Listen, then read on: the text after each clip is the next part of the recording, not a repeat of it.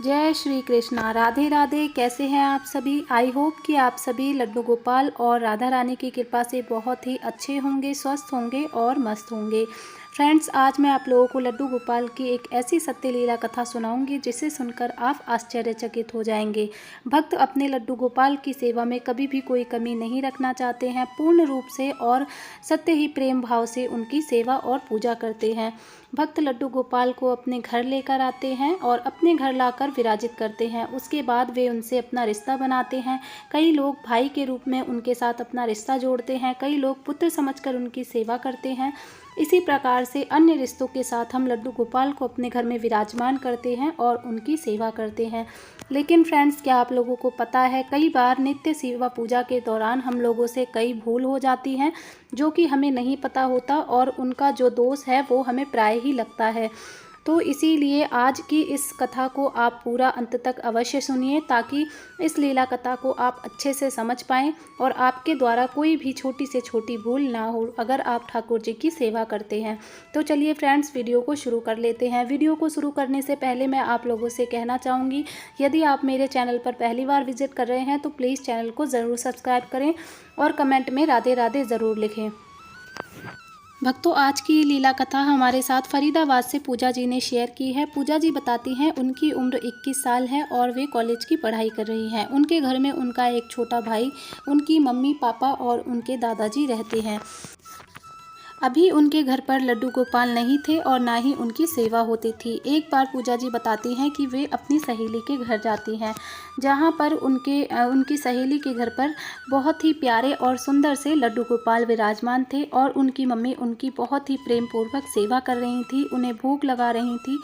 नंदिनी जी बताती हैं कि मुझे उनका रूप और उनकी छवि देखकर मेरे मन में भी लड्डू गोपाल की सेवा करने का भाव आया। मुझे उनके लाला इतने ज़्यादा सुंदर लगे कि मुझे ऐसा मन करने लगा कि मैं भी अपने घर पर लड्डू गोपाल को लेकर आऊं और उनकी सेवा करूं। मैंने अपनी सहेली से सारी बातें पूछी, तब मेरी सहेली ने बताया कि मेरे घर पर 2 साल से लड्डू गोपाल विराजमान है और मैं उन्हें अपना भाई मानकर उनकी सेवा करती हूँ और वे बहुत ही प्यारे हैं, नटखट है और हमारे साथ लीलाएँ भी करते हैं। उनकी ये सारी बातें सुनकर मुझे बहुत ही अच्छा लग रहा था और मेरे मन में बस एक ही भाव आ रहा था कि मैं भी अपने घर पर लड्डू गोपाल को लेकर आऊं और उनकी सेवा करूं। उसके बाद मैंने घर जाकर के अपने फ़ोन में लड्डू गोपाल की कई सारी वीडियो देखी। उसमें मैंने देखा कि किस तरीके से लड्डू गोपाल की सेवा की जाती है, उनको भोग आदि लगाया जाता है और किस तरीके से लड्डू गोपाल की पूर्णतः सेवा की जाती है। मैं उनकी जब भी वीडियो देखा करती थी तो मुझे बहुत ही अच्छा लगता था। उनके श्रृंगार की वीडियो, उनके भोग की वीडियो, मैंने बहुत कुछ वीडियो में देख करके सीख लिया था। उसके बाद मेरे मन में भाव आया कि अब मुझे लड्डू गोपाल को अपने घर पर लेकर ही आना है। उसके बाद मैंने अपनी मम्मी से इस बारे में बात की, उन्हें बताया कि मैं लड्डू गोपाल की सेवा करना चाहती हूँ, तो मेरी मम्मी को इससे कोई आपत्ति नहीं थी। उसके बाद हम अगले दिन जाकर बाज़ार से लड्डू गोपाल जी का छोटा सा श्री विग्रह लेकर आई और उन्हें अपने घर में पंचामृत से स्नान करवाकर हमने विराजित कर दिया। उसके बाद हम नित्य उनकी सेवा करने लगे। प्रतिदिन मैं उनको भोग लगाया करती थी, स्नान आदि करके उनका प्यारा सा श्रृंगार करती थी, फिर उनको दोपहर में शयन करवाया करती थी, शाम में भी उनके शुद्ध सात्विक भोजन का भोग मैं उनको लगाया करती थी और रात में बहुत ही प्रेम पूर्वक अपने लड्डू गोपाल को सुलाया करती थी। मुझे लड्डू गोपाल से बहुत ही अत्यंत प्रेम हो गया था। मेरे लड्डू गोपाल इतने प्यारे थे, मैं उनसे बिल्कुल भी दूर नहीं रह पाती थी। इसी बीच में क्या होता है कि कुछ समय बाद मेरा मासिक धर्म शुरू हो जाता है और उसके बाद महीने के 3-4 दिन मैं लाला की सेवा नहीं कर पाती हूँ। जब मेरा मासिक धर्म शुरू होता है तो मैं लाला की सेवा तो नहीं कर पाती, लेकिन उस दौरान मेरी मम्मी जो है लाला की सेवा करती हैं। और क्योंकि रोज़ मैं अपने लल्ला की सेवा खुद किया करती थी, सुबह सुबह जब भी मैं स्कूल जाया करती थी तो सुबह लड्डू गोपाल को स्नान आदि करवाकर भोग लगाकर ही अपना स्कूल जाया करती थी। उसके बाद दोपहर का जो भोग होता था वो मेरी मम्मी लगाया करती थी, अन्यथा सुबह और शाम की पूजा मैं खुद ही करती थी। लेकिन जब मेरा मासिक धर्म शुरू हुआ तो उस समय पूजा मेरी मम्मी ने शुरू की और सुबह सुबह मेरी मम्मी इतने ज़्यादा काम हो जाते थे घर में कि वो स्नान आदि नहीं कर पाती थी। दादाजी को दुकान पर जाना होता था, पापा को ऑफिस जाना होता था और भाई और मुझे भी जो है कॉलेज जाना होता था। तो मम्मी के इतने सारे काम हो जाते थे, सबके लिए टिफ़िन बनाना और घर के भी काम। तो सुबह सुबह उनका स्नान करना थोड़ा सा मुश्किल होता था। तो वो क्या करती थी, वो अपने हाथ पैर धोकर स्वच्छ होकर लड्डू गोपाल को जगा दिया करती थी और उन्हें माखन मिश्री का भोग लगा दिया करती थी। महीने के 3-4 दिन जब मैं उन्हें स्पर्श नहीं करती थी तो मेरी मम्मी इसी तरह से लाला को भोग वगैरह लगाती थी। और उसके बाद जब वो काम से निपट जाती थी, उसके बाद जब वो स्नान आदि करती थी, तब लाला को स्नान आदि कराकर उनका श्रृंगार कराया करती थी। कुछ समय ऐसे ही बीतता रहा, 3-4 महीने इसी तरीके से बीते और उसके बाद एक बार फिर से मेरा मासिक धर्म शुरू हुआ और उस दौरान मेरे पेट में काफ़ी ज़्यादा दर्द हो रहा था। तो मैं उस दिन स्कूल भी नहीं गई। जब मैं उस दिन घर पर ही थी तो हमारे घर पर जो है एक आंटी दूध देने के लिए आती है। तो मेरी मम्मी लड्डू गोपाल को जगा करके उन्हें भोग आदि लगा रही थी और मैं सो रही थी। तभी मेरी आंटी जो है अंदर आ जाती हैं। मेरा भाई दरवाज़ा खोलता है और आंटी सीधे ही अंदर आ जाती हैं। तो मेरी मम्मी बताती हैं कि मैं लड्डू गोपाल को भोग आदि लगा रही थी, इसलिए मुझे थोड़ी सी आने में देर हो गई। तभी वो दूध वाली आंटी कहती हैं कि अरे वाह, तुम्हारा इतनी जल्दी काम भी हो गया और इतनी जल्दी तुमने स्नान भी कर लिया, ये तो बहुत अच्छी बात है।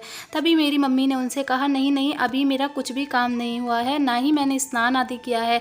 वो बस मैं लड्डू गोपाल को उठाकर मैंने भोग आदि लगा दिया था, क्योंकि जब मैं काम करने लग जाती हूँ तो मुझे बहुत ही देर हो जाती है। लड्डू गोपाल को स्नान तो मैं खुद स्नान करने के बाद ही करवाती हूँ। तभी मेरी जो दूध वाली आंटी थी, उन्होंने मेरी मम्मी से कहा कि तुम्हें लड्डू गोपाल को इस तरह से बिना नहाए स्पर्श नहीं करना चाहिए, ये सही नहीं है। तो मेरी मम्मी ने उस बात पर इतना ध्यान नहीं दिया और उसके बाद जो है समय ऐसे ही बीतता रहा। उसके बाद वो महीना भी इसी तरीके से बीत गया। उसके बाद अगला महीना आया। अगले महीने भी जब मेरा पीरियड शुरू हुआ तो मेरे पेट में काफ़ी ज़्यादा दर्द हो रहा था और मैं स्कूल नहीं गई। उस दिन मेरी सहेली मुझे कॉलेज आने के लिए फ़ोन कर रही थी, तो मैंने फ़ोन भी नहीं उठाया क्योंकि मेरे पेट में काफ़ी ज़्यादा दर्द था, मेरी तबीयत ठीक नहीं थी। उसके बाद जो है फ़ोन मेरी मम्मी उठाती हैं और वो उन्हें बताती हैं कि मेरी सहेली उनसे पूछती है कि क्या आज पूजा स्कूल नहीं आएगी। तभी मेरी मम्मी जो है मेरी फ्रेंड से कहती हैं कि नहीं, आज उसका पीरियड आया है तो उसके पेट में काफ़ी ज़्यादा दर्द है, तो वो आज स्कूल नहीं आएगी। तभी मेरी मम्मी उनसे कहती हैं कि मैं भी बेटा काम कर रही थी, मैंने लड्डू गोपाल को जगाया है और उन्हें भोग आदि लगा रही थी, इसलिए मैं फ़ोन नहीं उठा पा रही थी। तभी मेरी सहेली कहती है कि वाह आंटी, आपका काम इतनी जल्दी हो गया, आप इतनी सुबह सुबह स्नान भी कर लिया आपने। तो मेरी मम्मी कहती है, नहीं बेटा, मैंने अभी स्नान नहीं किया है, घर के काफ़ी सारे काम हो जाते हैं तो लड्डू गोपाल को जगाने में देर हो जाती है, इसलिए मैंने बिना नहाए ही जो है लड्डू गोपाल को जगा दिया है और उन्हें भोग लगा दिया है। मैं बाद में जब खुद नहाऊंगी तब उन्हें स्नान आदि करवाऊंगी। मेरी सहेली ने मेरी मम्मी से तो कुछ नहीं कहा, लेकिन बाद में जब मैं 3-4 दिन के बाद कॉलेज गई तब उसने मुझसे ये सारी बातें कही। उसने कहा कि तुम्हारी मम्मी जो है बिना नहाए ही लड्डू गोपाल को स्पर्श क्यों करती हैं, ऐसा नहीं करना चाहिए। मेरे घर पर भी लड्डू गोपाल हैं, लेकिन मेरी मम्मी कभी भी उन्हें बिना नहाए जो है स्पर्श नहीं करती। तो मैंने उससे कहा कि ऐसा कुछ भी नहीं होता, मैं भी तो लड्डू गोपाल को बिना नहाए स्पर्श करती हूँ और कभी कभी जब रविवार के दिन मेरी छुट्टी होती है तो मैं पहले लड्डू गोपाल को हाथ मुंह धो करके जगा देती हूँ और बाद में जब मैं स्नान करती हूँ तब लड्डू गोपाल को स्नान कराया करती हूँ। तो मेरी सहेली ने कहा कि तुम्हारी बात अलग है, लेकिन तुम्हारी मम्मी को ऐसा नहीं करना चाहिए। मेरी मम्मी कभी भी ऐसा नहीं करती। मैंने उस समय उसकी बातों पर ध्यान नहीं दिया। वो महीना भी इसी तरीके से बीत गया। उसके बाद जो है अगला महीना आया और अगले महीने भी मेरा पीरियड शुरू हुआ। जब मेरा पीरियड शुरू हुआ तो मैं तो लड्डू गोपाल को स्पर्श नहीं कर सकती थी, लेकिन उसके बाद हमारे घर में कुछ ऐसी घटना शुरू हुई। जब भी मेरा मासिक धर्म शुरू हुआ और मेरी मम्मी जब लड्डू गोपाल की सेवा करने के लिए सुबह उठी तो अचानक से उनकी तबीयत काफ़ी ज़्यादा बिगड़ गई। उनकी तबीयत इतनी ज़्यादा बिगड़ गई कि उनसे खड़ा भी नहीं हुआ जा रहा था, लेकिन फिर भी उन्होंने जो है उठ करके लड्डू गोपाल को उठाया और घर के सारे काम किए। उसके बाद स्नान आदि करा के लड्डू गोपाल को श्रृंगार आदि कराया। जैसे ही उन्होंने लड्डू गोपाल का श्रृंगार आदि कराया उसके बाद वे बिल्कुल ही ठीक हो गई।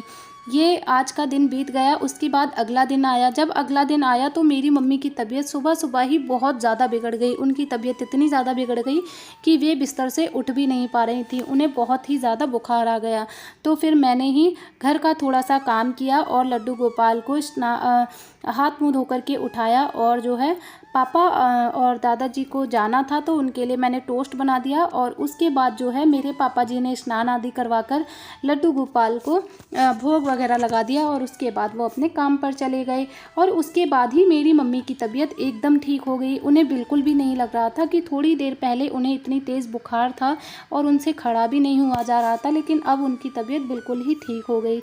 मैं इस बात को बिल्कुल भी नहीं समझ पा रही थी कि आखिर ये सब क्यों हो रहा है। तभी मेरे मन में वो बात आती है जो मेरी सहेली ने मुझसे कही थी कि हमें बिना नहाए लड्डू गोपाल को स्पर्श नहीं करना चाहिए। और साथ ही साथ मुझे वो दूध वाली आंटी की बात भी याद आती है कि हमें लड्डू गोपाल को बिना नहाए स्पर्श नहीं करना चाहिए। पता नहीं क्यों, लेकिन मेरे मन में बार बार वो सारी बातें चल रही थी और मुझे बहुत ही ज़्यादा अजीब लग रहा था। उसके बाद ये सारी बातें मैंने अपनी मम्मी से कहीं मम्मी ये सारी बातें सच तो नहीं।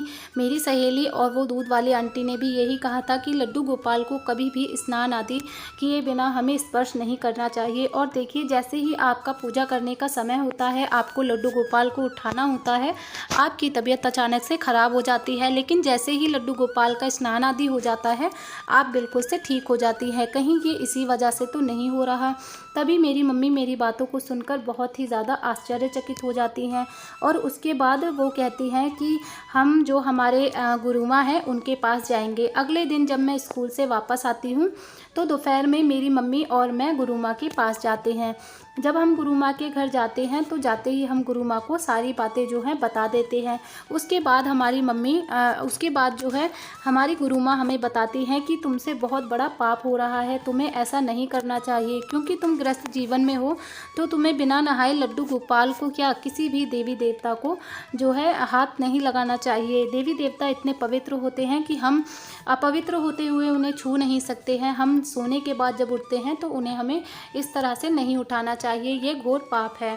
तभी मेरी मम्मी उनसे बोलती हैं कि मेरी बेटी भी तो उन्हें उठाया करती है, पूजा का जब स्कूल की छुट्टी होती है तो वो उन्हें बिना नहाए ही स्पर्श करती है, उन्हें उठाती है और उन्हें भोग आदि लगाती है, तो उसे कुछ भी नहीं होता।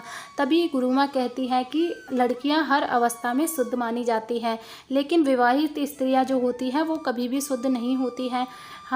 विवाहित स्त्रियां जब भी अपने रिश्ते में होती हैं तो उनके साथ में कई ऐसे संबंध जुड़े होते हैं और कई बार कोई संबंध ना होने के बाद भी वो अपने पति के साथ जब शयन करती हैं तो वो शुद्ध नहीं होते। इसी कारण से तुम्हें लड्डू गोपाल को उठकर बिना स्नान आदि किए लड्डू गोपाल को जो है स्पर्श नहीं करना चाहिए, ना ही उन्हें भोग आदि लगाना चाहिए।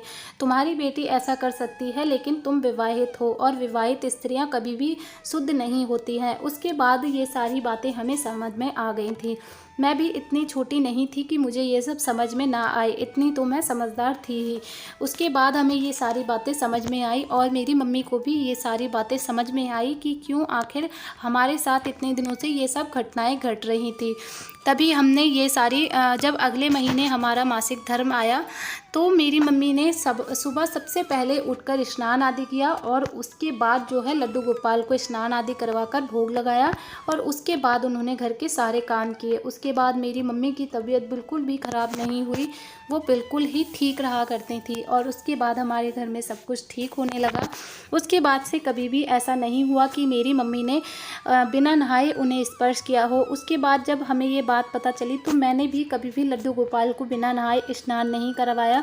जब मेरी छुट्टी हुआ करती थी तब भी मैं सुबह जल्दी उठकर स्नान करा करती थी और उसके बाद ही लड्डू गोपाल को स्पर्श किया करती थी, उन्हें स्नान आदि करवाकर भोग लगाया करती थी। उसके बाद हमने ये गलती कभी भी नहीं की, ना ही मेरी मम्मी ने कभी उन्हें स्पर्श किया बिना नहाए। तो भक्तों, इस कहानी से हमें यही सीख मिलती है, इस कथा से ये जो लीला लड्डू गोपाल ने अपने भक्त के साथ की, ये बस उन्हें यही दर्शाना चाहते थे कि किसी भी अवस्था में हमें प्रभु को इस तरह से स्पर्श नहीं करना चाहिए, क्योंकि भगवान हमेशा, बेशक हमने उनसे कोई भी रिश्ता जोड़ा है, वो हम उन्हें पुत्र समझकर उनकी सेवा करते हैं या भाई समझकर उनकी सेवा करते हैं, लेकिन कहीं ना कहीं हमें ये बात भूलनी नहीं चाहिए कि वो है जगत के पालनहार, वो इतने बड़े स्वामी हैं और वो है भगवान ही। तो हमें कभी भी उनके जो पूजा है उसे करते समय हमें हमेशा जो है शुद्धता का ध्यान रखना चाहिए। जब भी हम अशुद्ध अवस्था में हों तो हमें कभी भी उन्हें स्पर्श नहीं करना चाहिए। इसीलिए हमारे शास्त्रों में भी बताया गया है कि जब भी हम मलमूत्र त्यागते हैं तो उसके बाद हमें हाथ पैरों को अच्छी तरह से धोना चाहिए और हो सके तो हमें स्नान आदि करने के बाद ही उनकी जो है पूजा सेवा करनी चाहिए। शाम के समय में भी हमें जो है स्नान आदि करने के बाद ही अपनी जो पूजा वगैरह है वो करनी चाहिए।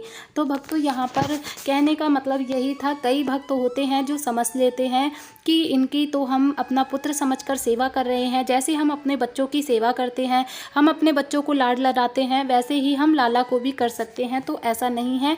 हमारे बच्चों की बात अलग है और प्रभु की बात अलग है। लड्डू गोपाल भले ही हमारे बच्चे हैं, लेकिन कहीं ना कहीं वो इस जगत के पालनहार हैं और वो भगवान भी हैं। तो हमें उनकी पूजा में शुद्धता का विशेष ध्यान रखना चाहिए।